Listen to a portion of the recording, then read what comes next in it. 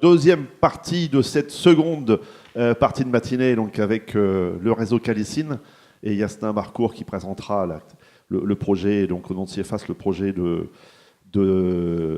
demande d'avis à la Cevaliaf par financement du PRDA, pour être très précis. Donc Audrey Rochon, bonjour.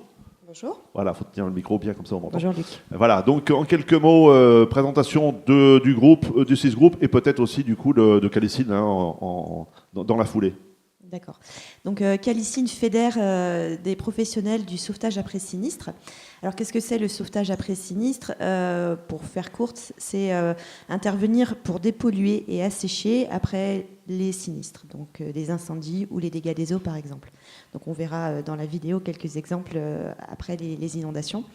Donc c'est des acteurs locaux qui se sont réunis pour promouvoir les règles de l'art. Parce que contrairement à ce qu'on a dit tout à l'heure, il n'y a pas d'école en fait dans notre métier. Donc on a décidé. Non, on n'a pas dit ça. On a dit qu'il y avait une école, hein, non. Contrairement à ce qu'on a dit. Pas dans la décontamination. Ah, non, okay, contrairement à tout à l'heure. Tout à l'heure, on a parlé du bâtiment. Et là, il n'y a pas d'école dans ce métier-là. Et donc, on a décidé de mettre en place les règles de l'art et de les promouvoir. Pas d'école, pas de formation qualifiante, initiale. Eh bien, le métier est assez jeune, en fait, voilà, si vous voulez. Et donc, c'est un apprentissage sur le terrain, sur le tas, en partage d'expérience, en fait, si vous voulez. Donc, nous avons décidé de mettre toute cette connaissance et cette expérience en commun, en fait. Nous sommes aidés aussi par Yasna Marcourt, donc du cabinet CIEFAS, qui a une très longue expérience du sinistre et qui a un organisme de formation. Et donc, elle nous aide aussi à mettre en place toutes ces méthodes, toute cette méthodologie pour mettre en place les règles de l'art. Voilà. Au travers de Calicine, nous avons aussi mis en place une commission amiante, puisque nous sommes confrontés tous les jours à cette problématique, forcément, après des incendies violents qui dégradent les matériaux, mais aussi après les petits dégâts des eaux qui vont, au fil du temps, dégrader les matériaux. Yasna reviendra là-dessus tout à l'heure. Et CIS Group, parce que là c'est des Calicine, mais CIS Group. Voilà, donc ça c'est par rapport à Calicine. Et aujourd'hui, donc nous sommes deux. Donc je représente le CIS Group qui est basé à Grasse, qui intervient dans la remise en état globale après sinistre, donc la dépollution, ce qu'on appelle la décontamination après sinistre, la rénovation tout corps d'état, l'hygiène et la maintenance aérolique, et on a une partie désamiantage, donc sous section 3. L'ensemble de nos collaborateurs, donc qui ne sont pas sous section 3, sont formés quand même sous section 4. Et nous sommes allés au-delà de la réglementation, encore une fois grâce à Yasna. Les obligations réglementaires nous informent, on va dire, plus qu'ils ne nous forment. On n'a pas d'application métier. Et donc nous sommes allés au-delà et nous avons formé nos collaborateurs à la mise en pratique, la rédaction des modes opératoires et le montage de SAS, la mise en œuvre de différents processus pour pouvoir proposer à nos donneurs d'ordre ce qu'il fallait en matière d'amiante. Voilà. Et donc nous sommes deux aujourd'hui de Calicine. Il y a aussi Patrick Maréchal de la Société au Feu qui a aussi son personnel formé de la même manière. Voilà. D'accord. Et qui est donc le local de l'étape, on va dire, puisqu'effectivement Patrick Maréchal la Société au Feu est basée à Onzain, donc dans le département du Nord. Et alors que, effectivement, le réseau Calicine essaime un petit peu partout en France, et même d'ailleurs en Belgique, puisque le président actuel est apparemment une entreprise belge de fourniture plutôt que d'intervention, si j'ai bien compris. Ils font des interventions après sinistre également. Okay, oui. Voilà, ils ont la double casquette. Donc on a une couverture nationale au niveau de la France, effectivement, et en Belgique. D'accord. Alors bien sûr, ce qui est applicable en CatNat est applicable au tout petit sinistre, hein. C'est ce qu'on va voir, petit sinistre, dont aujourd'hui on connaît à peu près le nombre, qui avoisine 100 000, je pense, c'est ça 100 000 dégâts des eaux par an, c'est ça en France? 1,2 million. 1,2 million, aïe, j'étais loin du compte alors. Bon, je fais exprès, 1,2 million quand même, pas mal. 1,2 million. 1,2 million de petits dégâts des eaux ou dégâts des eaux 1,2 million, 200 000 dégâts des eaux par an en France. Voilà. C'est petits et gros dégâts, mais il faut savoir que la majorité des dégâts des eaux sont petits, hein, c'est-à-dire 100 litres, 150 litres. Voilà, la notion de 100 litres, hein, ce qu'on verra dans le projet du PRDA, 100 litres, c'est à peu près ce qui a été retenu. 100 litres d'eau déversée dans un temps plus ou moins long, puisque c'est le volume qui compte, mais à l'intérieur de ça, on a des sinistres violents, 100 litres violemment, ou 100 litres parce qu'on s'en aperçoit pas, et que du coup, au bout de 2-3 jours, on s'aperçoit qu'il y a quand même 100 litres qui a pu suinter comme ça dans un... Bon. Alors, j'étais pour faire la transition. Yacine Barcourt, CIEFAS, ça veut dire quoi? Alors, CIEFAS, c'est Centre d'ingénierie et de formation après sinistre. Voilà, moi le S, c'est sinistre, on est d'accord. Depuis combien de temps le CIEFAS existe? Donc, CIEFAS existe depuis 5 ans, et auparavant, il faisait partie de l'entreprise Districhem qui existait depuis 20 ans. Voilà, donc une connaissance certaine de ce milieu. Voilà, moi j'ai eu une expérience d'à peu près d'une petite trentaine d'années dans le sinistre, et j'étais, on va dire, dans les pionniers, dans les tout premiers qui ont fait ce métier en France. Voilà, donc j'étais employée dans une société de services pendant pas mal d'années, et ensuite j'ai basculé dans le domaine de la consultance et de l'audit et de la formation et de la recherche et développement, de la mise au point de méthodes vraiment spécifiques à ce métier. Et donc avant de commencer sur le PRDA, j'aurais voulu quand même faire quelques remarques générales sur le sinistre, pas seulement le sinistre dégâts des eaux, mais un sinistre par définition est aléatoire. Donc il peut arriver n'importe quand, n'importe où, et il peut toucher aussi bien des biens mobiliers qu'immobiliers, des équipements. Donc on se retrouve, et la caractéristique du sinistre, et c'est là voilà, ce qui le rend compliqué face au risque amiante, c'est que le sinistre est transversal. C'est-à-dire que depuis le début jusqu'à la fin, ça va avoir des implications sur tout type de bâtiments, sur tout type de choses. Donc on ne peut pas avoir pour le sinistre, on va dire, une réflexion de type, voilà, un seul métier, par exemple un peintre, bien, il va y avoir des modes opératoires, des processus précis pour le métier du peintre. Nous, c'est toutes les interventions, ça va aller du déblai à l'assainissement, à la désinfection, à l'élimination des suies, des poussières, de polluants, de matériaux imprégnés par du gasoil, par exemple. On va avoir des réparations, on va devoir... Donc, la panoplie est très vaste. Voilà, donc maintenant, je vais arriver au projet qui a été... mis en place par Calicine. Donc, ce projet est porté. Cet appel à projet auquel on a répondu pour le PRDA est porté par Calicine. Voilà, par toutes ces entreprises qui se sont fédérées. Et les partenaires, c'est CIEFAS et Réseau A+. Donc, l'origine du projet. Bien, on s'est rendu compte que le dégât des eaux est le dégât le plus en nombre, le plus important en France. Donc 1 200 000, ça veut dire à peu près un dégât des eaux toutes les 20 secondes. Or, les dégâts des eaux en France, on va dire culturellement, ne sont pas bien traités. Parce que en France, la tendance, c'est de dire, eh bien, on laisse faire le temps, on laisse sécher.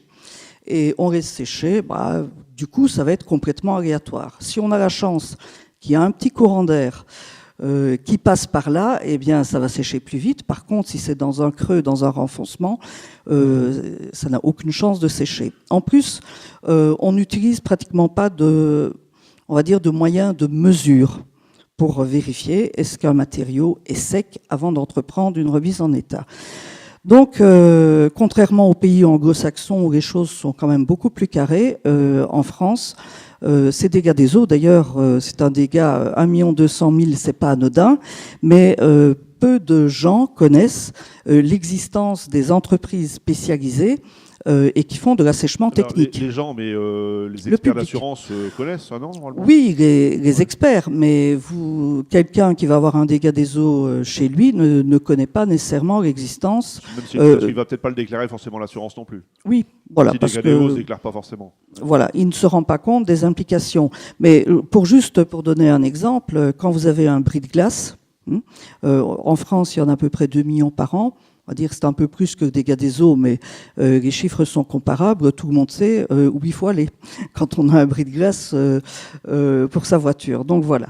Ces dégâts des eaux, alors le problème, on va dire en temps normal, sur des matériaux qui n'ont pas de particularité, on va dire, amiante. Évidemment, voilà, si ça prend 1 mois, 2 mois, 3 mois à sécher ou 1 an, les réparations vont être un peu plus lourdes. Bon.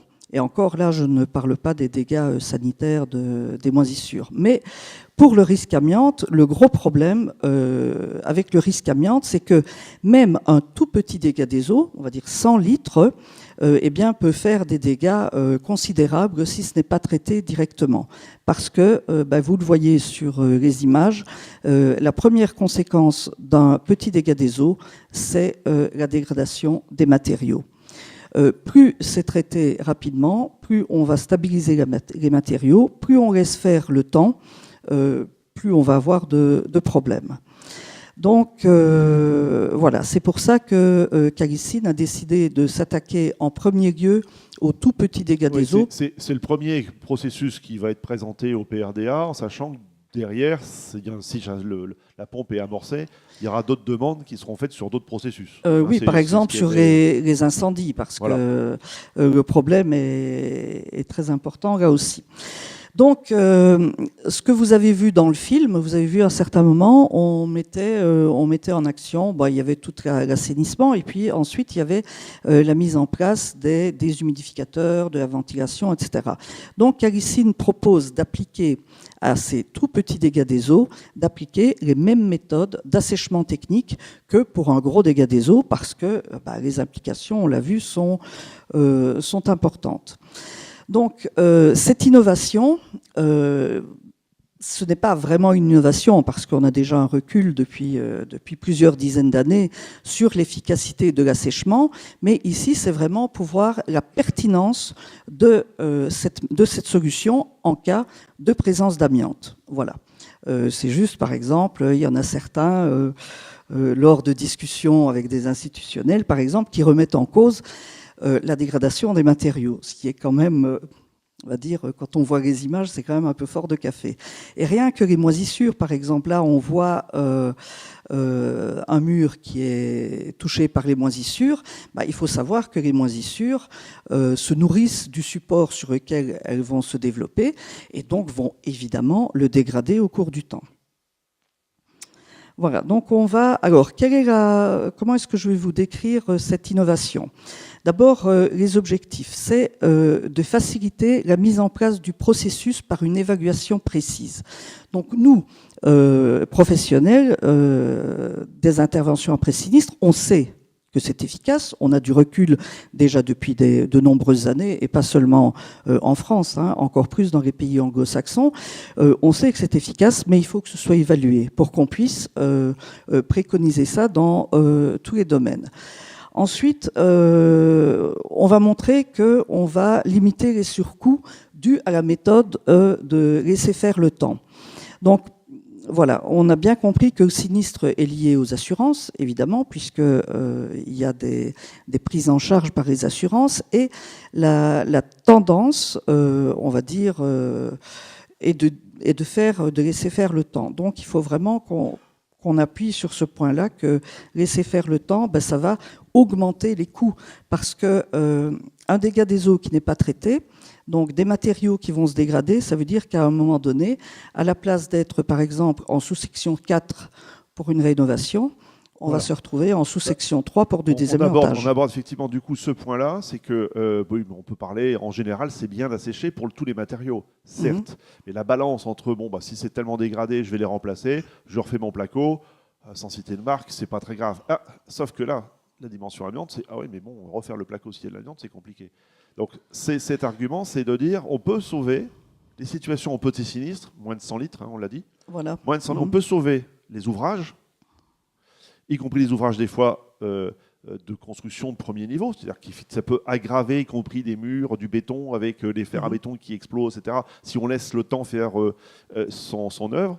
Donc on va intervenir très vite pour assécher, parce qu'on sait que derrière, les réparations, les remises en état qui sont prévues et financées par les assureurs, va devenir compliqué si en plus on doit retirer tout ou partie. Retirer tout ou partie, c'est là où on tombe à la limite sous section 3 et section 4, qui aujourd'hui, si le but est de retirer en section 3, Et si ce n'est pas le but, parce que c'est accessoire ou périphérique ou accidentel, ça pourrait être en sous-section 4. Et on est en plein milieu du débat, sous-section 3, qu'on verra cet après-midi, sous-section 3, sous-section 4. Donc là, on est bien. Le but de faire cette expérimentation, c'est d'évaluer des dispositifs qui fonctionnent pour des gros sinistres, avec de l'amiante pour des petits sinistres, et de vérifier l'efficience de cette opération pour rester de toute façon au niveau 4, voire arriver à sortir pour être du hors-champ. Voilà, Aussi. oui, tout à fait. Je précise aussi qu'un dégât des eaux, quand on a un dégât des eaux, l'eau se déplace dans les 3 dimensions. Donc en fait, et aussi par capillarité, si c'est très limité au départ, on va dire sur peut-être 1 mètre carré, au bout de très très peu de temps, eh bien, ça peut arriver jusqu'à des choses beaucoup plus importantes. Et j'avais un exemple qui était suite aux inondations qui avaient eu lieu à Paris. Donc c'est une maison qui était en bord de Seine et le garage a été très peu inondé, sauf que ça n'a pas été séché. Il y a eu énormément de temps pour l'expertise. Donc les inondations ont eu lieu il y a 1 an et demi. La fin des expertises, c'est maintenant. Et donc on se rend compte que par capillarité, l'eau est arrivée jusque pratiquement au 1er étage. Et là, comme c'est un bâtiment avant 97, il y a des questions qui commencent à se poser un peu plus sensibles. Alors, quels vont être les points forts de cette innovation ou bien de cet assèchement? C'est que, par l'assèchement, on sait qu'on stabilise les matériaux.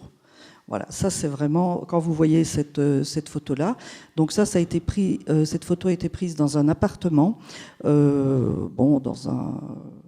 Qu'est-ce qu'on voit là? On voit la limite entre le plafond et le mur, c'est ça? La limite entre le plafond et le mur. Donc on a, d'après les diagnostics qui ont été faits, il y a des bandes plâtrées, amiantes, et on voit que la peinture est boursouflée et que ça commence à se décoller. Ça, c'est un dégât des eaux qui n'a pas été traité du tout, et donc il y a certainement une antériorité de plusieurs mois. Là, on a juste un petit élément, mais en fait, on a à peu près 15 à 20 mètres linéaires qui sont dans cet état-là. Ce qui veut dire que dès qu'on ouvre une porte, on ferme une porte, eh bien, il y a des fibres qui se libèrent. Et alors que si on avait fait un assèchement directement, d'abord, si le dégât des eaux avait été déclaré tout de suite et qu'il soit pris en compte immédiatement par un assèchement technique, on stabilise les matériaux. Et donc on évite les boursouflures, les éclats qui ont du mal. Du coup, s'il y a de l'amiante, on ne fait rien, on met peut-être un petit peu, mais on ne va pas essayer de réparer et de recharger, de gratter un petit peu, parce que s'il y a de l'amiante, on n'ose pas. Donc du coup, on se retrouve avec une situation où déjà, même au niveau esthétique, c'est pas repris. Et donc c'est apparent. Alors là, on ne sent pas trop si c'est humide ou pas, mais on sent bien qu'on a une difficulté, il y a même des trous, il peut y avoir la moisissure qui réapparaît, puisque c'est pas fini, les finitions sont difficiles à prendre parce qu'on a trouvé effectivement l'amiante dans les bandes calicot. Voilà. Donc, si on met en place l'assèchement technique, on va éviter les surcoûts, l'assèchement va être fait en SS4 et il y aura peut-être un petit coup de peinture en SS4. Ensuite, on est complètement aussi dans ce que Sabine Guillain disait tout à l'heure, c'est qu'on vise la réduction de l'émission des fibres. Ça, c'est vraiment le point fort de toutes les méthodes que nous mettons en place ou que nous voulons faire évaluer. Le premier objectif, c'est de réduire l'émission des fibres. Ensuite, on va réduire aussi les délais de remise en état, puisque si on sèche, par exemple, un petit dégât des eaux qui est pris directement, en 4-5 jours, c'est sec, et on peut refaire les peintures derrière s'il y a lieu, alors que lorsqu'on laisse sécher par le temps, ça peut prendre 2, 3 mois, 4 mois, 1 mois si on a de la chance. Donc voilà, ça réduit ça. C'est très facile de mettre en œuvre, les déshumidificateurs. Et donc, du coup, ça va améliorer les conditions d'intervention des travailleurs qui vont venir faire certains petits travaux, et aussi la sécurité, évidemment, sanitaire des occupants, des appartements ou des locaux. Si on intervient aussi avec des assèchements techniques, eh bien, on va diminuer le coût de l'impact environnemental, puisque évidemment on aura moins de déchets. Vous voyez là dans les toilettes, ça c'est un cas de figure qui est vraiment classique. Enfin, on va dire. Ça c'est quoi? C'est un débordement de canalisation? Ou c'est un vrai dégât des eaux? C'est un petit dégât des eaux Ouais. au niveau De des l'étage supérieur, canalisations. Voilà. supérieur, c'est ça? Voilà, et puis ça D'accord. c'est... Ouais. Et là, c'est tout le temps. Hein, ça, c'est du commun. D'accord. Voilà. Et là, on pourrait avoir de l'amiante où, pour être très clair, le PRDA, enfin le projet va s'intéresser à quoi? Aux joints de robinet ou bien voilà, au parterre, aux dalles de sol? En fait, on Il y a précise sur quoi? les dalles de sol. Mais là, et puis il y a le projet revêtement. va s'intéresser à un matériau particulier quand même. Non, pour le moment, là, je vous ai mis une photo pour vous montrer la dégradation des matériaux, mais après, je vais vous dire les limites D'accord. du projet qu'on présente au PRDA. La première limite, c'est qu'on va s'occuper des petits dégâts des eaux, c'est-à-dire 100 litres. Et la deuxième limite, c'est que c'est une évaluation sur des enduits plâtres. D'accord. Voilà. Bien par rapport à un processus. Le processus étant le matériau repéré, c'est enduit plâtre. Voilà. C'est exactement, on travaille par processus. Donc en fait aussi l'avantage de l'assèchement technique, c'est qu'on peut faire une mise en œuvre immédiate et que le coût est quand même limité. Parce que si un assèchement, par exemple, qui va durer 4-5 jours, et là les entreprises sont là pour confirmer ce que je vais dire, eh bien le coût va être entre 300 et 500 euros. En gros, oui, Audrey. Bon, Voilà. c'est confirmé.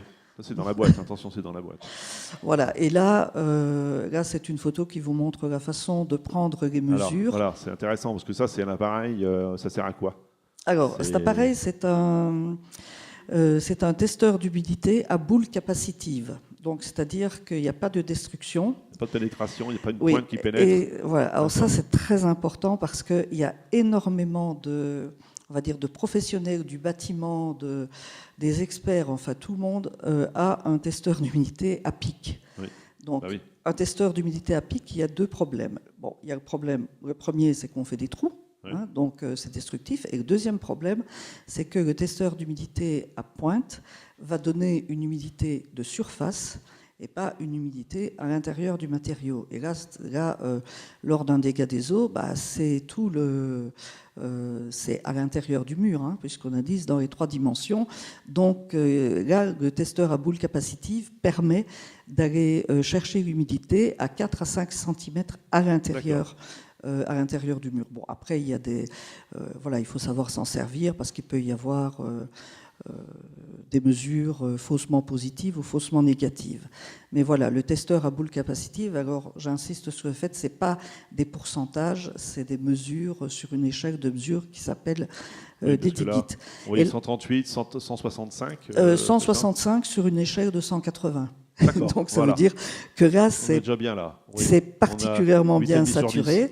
Et on voit que l'enduit, c'est complètement décollé. Ouais, ça, c'est classique. On a alors la peinture plus l'après, plus l'enduit, là, qui est complètement cloqué, qui est parti. Et après, on voit même à l'intérieur plusieurs couleurs différentes. Donc on a bien une migration. Voilà. On se retrouve, voilà. On va dire que là, pour l'image, c'est de l'illustration. On voit, alors je sais pas dans quel sens on est, puisqu'on voit une tête de détection, donc je sais pas trop, une sonnette, je sais pas quoi. Mais bon, on est sur les enduits qui seront au plafond, en plâtre et en mur. Enfin, c'est plafond et mur. Donc c'est les enduits, quel que soit on le voit bien là, c'est après on serait au plafond. Le projet est finalisé, il va être déposé. L'intérêt pour aussi participer et faire comprendre comment ça fonctionne aujourd'hui le PRDA, parce qu'on a un cas pratique ici. Le PRDA finance la demande d'avis à la Cevalia. Donc la Cevalia, qui est la commission d'évaluation qui a été mise en place par le PRDA pour justement mesurer, donner un avis sur les procédures, processus, outils, procédés, tout ce qu'on veut, innovantes. C'est pas forcément des produits, ça peut être des procédures, et là on est plutôt dans la procédure que dans le produit. Aujourd'hui, la Cevalia a donné 2 avis qui sont publiés, donc l'avis sur le gel et l'avis sur le polyane liquide. Donc c'est une mesure d'intervention. Donc on est bien dans ce cadre-là, demander un avis pour que la Cevalia dise oui, c'est 1, intéressant, 2, ça fonctionne, 3, on peut peut-être le recommander. Bon, la limite de cet avis, c'est qu'il n'est pas opposable comme un avis du CSTB. On est bien d'accord, c'est un avis informatif qui il peut simplement être montré, il ne peut pas être opposable en termes de règles d'expertise comme un avis du CSTB. Mais c'est déjà ça. Pour financer ces avis, ça a un coût, comme n'importe quelle demande d'avis technique. Aujourd'hui, le PRDA propose de financer la préparation du dossier pour demander l'avis. Donc on est bien dans ce cadre-là. On n'est pas dans le cadre d'une recherche et d'un projet qui devrait être mené puisque le procédé fonctionne. C'est simplement la procédure. C'est bien précisé. Qu'est-ce qui est attendu dans combien de temps? Ça, à peu près, on pourrait mettre c'est aussi 2018 dans cette oui, mise en donc pratique. on voudrait avoir le résultat des tests qu'on va mettre en place pour début juillet 2018. Voilà, 1er juillet 2018, qui est Voilà. une date, 1er juillet, toujours de différentes parutions de décrets ou Voilà. mises à jour de textes. Voilà. Donc, Après, premier- ça dépend. Voilà, il faut qu'on trouve des locaux. Voilà, après, il faut trouver. Alors, un intérêt aussi pour rejoindre par la question qu'on avait tout à l'heure sur les diagnostiqueurs, effectivement, les tout petits dégâts des eaux vont produire des tout petites surfaces dégradées, donc on se rapproche des quantités qui pourraient être extrapolées après par le diagnostiqueur, qui lui doit des fois faire, notamment en cas de sinistre, des interventions de ce type-là. On imagine, on est exactement dans un cas où un diagnostiqueur doit faire un prélèvement ou un sondage. Donc on est exactement dans le même processus. Comment je mets ma boule, ou comment je mets mon testeur, ou je mets je sais pas quoi, pour vérifier quelque chose. On est dans quelque chose de similaire. Est-ce que ça pourrait aussi être associé et pensé pour que ça puisse servir à quelques autres corps d'État que simplement les décontamineurs? Non, bien sûr, pour les diagnostiqueurs, parce que le gros problème dans les sinistres, que ce soit des incendies ou des dégâts des eaux, c'est que quand on a un repérage amiante avant travaux, le diagnostiqueur qui vient le faire, qui ne connaît pas le sinistre, eh bien, va avoir d'abord beaucoup de problèmes pour comprendre ce qui s'est passé, et ensuite, s'il fait des prélèvements, eh bien, les tests, les résultats peuvent être faussés parce que la suie, évidemment, va fausser ça. Et ensuite, la façon de faire les prélèvements, il y a une méthode, il faut qu'il élimine la suie, mais il faut qu'il élimine la suie sans l'incruster. Parce que s'il l'incruste, c'est pas bon. Et ensuite, il faut aussi qu'il puisse avoir un minimum de connaissances pour savoir si ça va être sauvable ou pas. Parce que si c'est pour faire un prélèvement destructif, par exemple, sur un carrelage qui, lui, va être sauvé après, c'est un petit peu bête. Casser le carrelage, parce que bon, c'est un petit peu dommage. Alors, oui, mais ça arrive souvent parce que personne, enfin, je veux dire, quand on ne connaît pas le sinistre, on n'imagine pas les méthodes qu'on peut mettre en place pour faire du sauvetage. D'accord. Est-ce qu'il y a un autre point à développer avant que je fasse un petit peu l'appel? Voilà, je voulais juste dire que l'assèchement, n'est pas très connu, mais que le CSTB, quand même, en avril 2000, avait quand même donné, pour avoir des preuves, des éléments de preuve disponibles, avait quand même donné un avis lors des inondations. Donc, ils avaient fait un guide, c'est inondation, réintégrer les constructions en toute sécurité, et juste le petit extrait. Donc déjà en 2000, il faut favoriser l'évacuation de l'eau qui s'évapore. Ne pas agir ainsi, c'est s'exposer à ce que l'eau évaporée se condense sur des parois froides et entraîne l'humidification de zones épargnées par inondation. L'utilisation de déshumidificateurs est préconisée. Elle est source d'une forte consommation momentanée d'énergie, mais là encore, il faut relativiser cet inconvénient temporaire par rapport aux risques présentés si on s'abstient de toute action de cette nature. Donc, ça, c'est bien la preuve que dès 2000, le CSTB réagissait par rapport à les inondations de l'époque. Maintenant, le CSTB accueille le PRDA, donc on est d'accord, quand on passe au PRDA, on est aussi observé par le CSTB. Donc il peut y avoir une synergie là-dessus. Est-ce que c'est les prémices aussi, justement, de cette expérience, de pouvoir dire, il y a les règles de l'art dans le bâtiment, on l'entend, avec la FFB sur l'ensemble de la gestion amiante, certes. La partie sinistre, il faut peut-être s'intéresser aussi à ce moment-là à des partenaires qui sont spécialistes du sinistre, ce qui n'est pas forcément les métiers du bâtiment, on est juste une frange, puisque ce métier n'est pas reconnu par le PPBTP, c'est pas le métier du bâtiment, on est dans le nettoyage en plus plutôt, on est à cheval entre deux parties. Voilà, donc peut-être profitons de cet événement pour dire que ouvrir le champ de compétences, c'est pas simplement le bâtiment, n'est pas que réservé aux experts du bâtiment, c'est aussi aux experts de la décontamination qui viennent dans le nettoyage, parce qu'on ne traite pas seulement le bâtiment, on traite aussi tout ce qui est contenu, les textiles, les objets. Donc quand on regarde bien, la décompta touche les 6 types d'arrêtés qu'on attend dans le code du travail. Les navires, les avions, voilà. Et on fera peut-être un aparté sur les navires et le décret qui vient d'arriver, qui va toucher effectivement la Guadeloupe avec les tonnes de navires qu'on a vus faire quelques centaines de mètres dans les terres. Il va falloir les évacuer, on peut les retaper, mais on ne parle toujours pas d'amiante. Donc on ne sait pas ce qui va se passer avec ces bateaux. Donc on voit que le sinistre du coup touche le champ. Il n'y a pas un champ qui n'est pas... on peut penser même des catastrophes naturelles. En 99, il s'est passé pas mal de choses. Pour ceux qui s'en souviennent, en 99, il y a eu grand bug de l'an 2000 qui était attendu. Bon, l'amiante, peut-être que là-dedans, on n'en parle pas, mais il y a eu quand même un avion qui s'est écrasé, si je ne dis pas de bêtises, à part la tempête de 99. Je pense qu'il y a un avion qui s'est écrasé, non, le Concorde, je pense qu'il s'est écrasé en 99. Si, quand même, c'est la fin du Concorde. Et 5 jours après, on s'est aperçu quand même qu'il faut peut-être faire attention, parce que le Concorde, c'est quand même bourré de l'amiante, quoi. Donc, plus que l'immeuble, que l'hôtel dans lequel il a plongé. Donc voilà, donc on a commencé à classer les pièces du Concorde en disant, alors ça c'est amiante, ça c'est pas amiante. Mais ça, personne ne le sait. Il y a un article dans Le Monde. 99, il y a la grande tempête. En grande tempête, heureusement qu'il y avait encore quelques réserves de tôle en amiante ciment dans les campagnes françaises pour pouvoir recouvrir fortement nos différents poulaillers et élevages industriels. Parce qu'effectivement c'était interdit, sauf qu'il y en avait encore, tout le monde le savait, et que du coup, heureusement qu'il y en avait pour pouvoir en mettre. Il faut savoir qu'il y a eu quand même des queues et des queues et des queues d'entreprises qui venaient se charger dans les différents centres de diffusion de ce type de matériaux en toute connaissance de cause, puisque en milieu agricole, on a toujours un petit peu une dérogation. L'amiante, on sait ce que c'est, on sait gérer. Donc dans les catastrophes, le fait de repérer l'amiante, c'est compliqué parce que tout est mélangé. Donc des fois, ces morceaux de mobilier se retrouvent dans l'immeuble. Il est incrusté dans l'immeuble, que ce soit l'inondation ou l'incendie, on pense bien.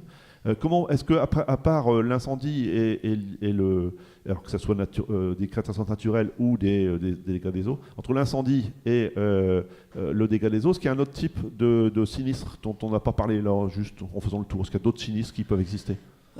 Tous les sinistres de polluants divers. Voilà, donc les polluants, tout côté chimique, autre que l'amiante. Voilà. Les polluants, donc les pollutions chimiques. Le fioul, par exemple. Donc, que ça soit direct, un sinistre, on a une fuite, ou que ça soit à l'occasion d'une catastrophe naturelle. Alors là, du coup, on a des couches de fioul qui se retournent, puis on en a partout. Donc tout ça. Parasites aussi, tout ce qui est état parasitaire, donc tous les parasites qui peuvent exister. Alors même en dehors de problème d'humidification, mais c'est souvent, ça vient de là souvent.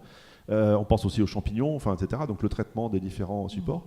Est-ce que les acteurs de Calicine ont des moyens, des outils, des techniques qui pourraient servir aussi au désamiantage ou à la protection? Est-ce qu'il y a des petits procédés qui sont inconnus aujourd'hui du service, du grand secteur démontage qui pourraient être utiles?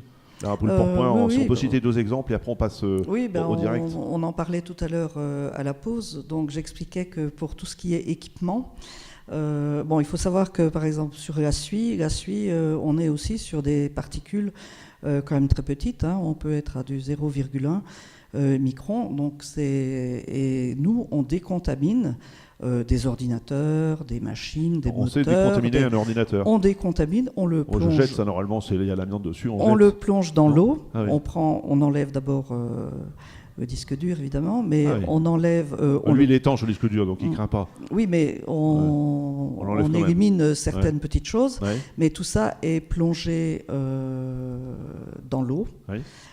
Soit dans une cuve à ultrasons, par exemple, soit on le fait manuellement.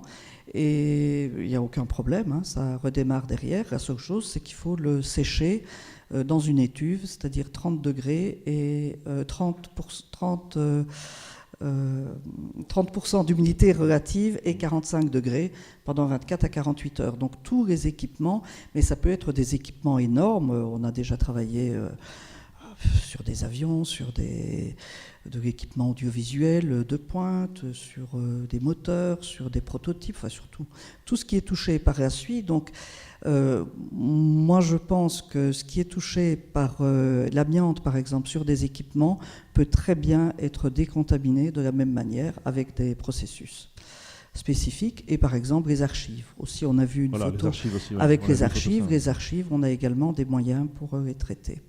D'accord. Et qui pourrait servir à tout le monde. Autant effectivement on peut comprendre que la suie peut capter les fibres d'amiante, puisque du coup ça peut être amalgamé. Et là on a un grand débat, c'est quand on enlève la suie avec des particules d'amiante, puisque c'est des fibres mais qui ne sont pas des gravats, qui sont des fibres.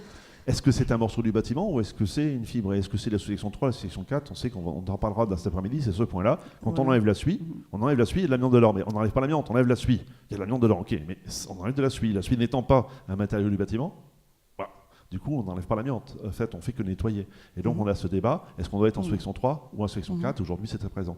Une autre, j'insiste sur un des points dont on a juste un petit peu abordé, c'est la dégradation des matériaux. On se rend compte qu'effectivement, en sinistre, que ce soit en inondation, que ce soit en incendie, on peut avoir une inversion de la friabilité. C'est-à-dire qu'on peut avoir du flocage très fiable qui, après un incendie ou un dégât des eaux, devient très amalgamé, peu friable, peu émissif, pardon.